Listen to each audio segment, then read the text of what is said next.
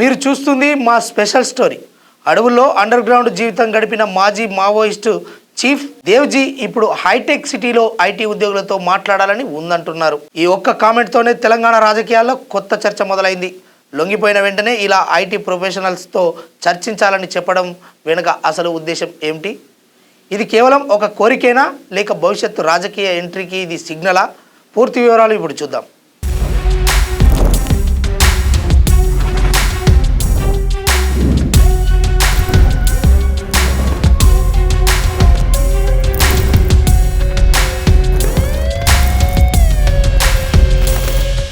కేంద్ర ప్రభుత్వం చేపట్టిన పలు ఆపరేషన్ల తర్వాత దేశవ్యాప్తంగా పలువురు టాప్ మావోయిస్టులు ఆయుధాలు విడిచిపెట్టి లొంగిపోతున్నారు. తెలంగాణలో కూడా ఇదే పరిస్థితి కనిపిస్తుంది.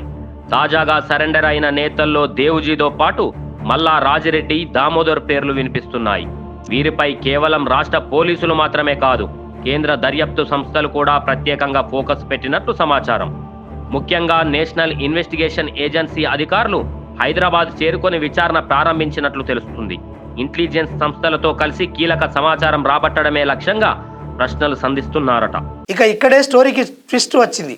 లొంగిపోయిన దేవ్జీ చేసిన ఒక వ్యాఖ్య ఇప్పుడు హాట్ టాపిక్ అయింది. నాకు హైటెక్ సిటీకి వెళ్ళి ఐటీ ఉద్యోగులతో మాట్లాడాలని ఉంది అని ఆయన చెప్పారట.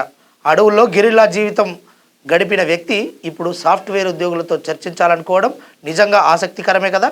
దర్యాప్తులో మరో కీలక అంశం మావోయిస్టు పార్టీ అగ్రనేత గణపతి ఆచూకీ, ఆయన కదలికలు, భద్రతా వలయం, ఆర్థిక లావాదేవీలు, పార్టీ భవిష్యత్ వ్యూహాలపై లోతైన ప్రశ్నలు అడుగుతున్నారట. అందుకే కేంద్ర సంస్థలు ఈ కేసును సీరియస్గా తీసుకున్నట్లు తెలుస్తుంది. అయితే విచారణల మధ్య దేవ్జీ వ్యాఖ్య కొత్త కోణాన్ని తెచ్చింది. సమాజంలోని కొత్త తరంతో మాట్లాడి వారి ఆలోచనలు తెలుసుకోవాలని ఉందని ఆయన చెప్పినట్లు సమాచారం. అభివృద్ధి, యువత సమస్యలు, భవిష్యత్ దిశలపై చర్చించాలని ఉందట. ఇది కేవలం ఒక సాధారణ ఆసక్తి మాటేనా, లేక రాజకీయాల్లోకి అడుగుపెట్టే ముందస్తు సంకేతమా అన్న చర్చ కూడా జోరుగా సాగుతుంది. దేవ్జీ రాజకీయాల్లోకి రావాలనే ఆసక్తి వ్యక్తం చేశారన్న సమాచారం వినిపిస్తోంది. అండర్ గ్రౌండ్ జీవితం తర్వాత ఇప్పుడు ప్రజాసేవ దిశగా అడుగులు వేయాలనుకుంటున్నారా అన్న సందేహాలు తలెత్తుతున్నాయి. చాలా ఏళ్ల తర్వాత కుటుంబ సభ్యులను కలిసిన ఈ నేతలు భావోద్వేగానికి గురైనట్లు సమాచారం.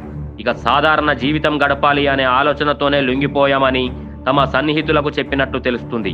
దామోదర్ కూడా రాజకీయ రంగ ప్రవేశంపై సంకేతాలు ఇచ్చినట్టు వార్తలు వస్తున్నాయి. ములుగు ప్రాంత ప్రజలు వచ్చే ఎన్నికల్లో పోటీ చేయాలని కోరుతున్నారని ఆయన చెప్పినట్లు సమాచారం.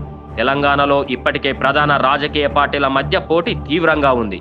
ఇలాంటి సమయంలో మాజీ మావోయిస్టు నేతలు రాజకీయాల్లోకి వస్తే కొత్త సమీకరణలు ఏర్పడే అవకాశం ఉందన్న చర్చ సాగుతుంది.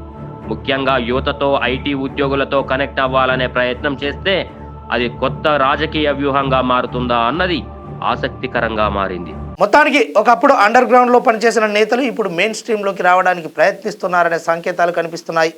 విచారణలు ఒకవైపు, రాజకీయ సంకేతాలు మరోవైపు. తెలంగాణ రాజకీయాల్లో ఇది కొత్త చర్చకు దారితీసింది. ఇక అసలు ప్రశ్న, దేవ్జీ నిజంగానే హైటెక్ సిటీలో ఐటీ ఉద్యోగులతో చర్చిస్తారా? రాజకీయాల్లోకి అధికారికంగా అడుగు పెడతారా? కేంద్ర సంస్థల విచారణలో ఇంకేం బయటపడుతుంది? ఈ స్టోరీపై మీ అభిప్రాయం ఏంటి? కామెంట్ చేయండి. మరిన్ని అప్డేట్ కోసం మా ఛానల్ని ఫాలో అవ్వండి. మీరు తెలుగు స్పష్టంగా చదవగలుగుతారా? తెలంగాణ యాస మీద మంచి పట్టు ఉందా? అయితే మీకోసం క్యూన్యూస్ ఒక మంచి అవకాశం కల్పిస్తుంది. ఇది ప్రత్యేకంగా విద్యార్థులు, గృహిణులు, వయసుతో సంబంధం లేకుండా ఎవరైనా సరే మీరు ఇంటి దగ్గర నుంచే పని చేసుకోవచ్చు. మీ వాయిస్తోనే ఇంట్లో ఉంటూనే మంచి ఆదాయం సంపాదించుకోవచ్చు. ఇంకెందుకు ఆలస్యం? వర్క్ ఫ్రమ్ హోమ్ కి ఇప్పుడే సంప్రదించండి. మా నెంబర్లు 8688926084, 8143001981.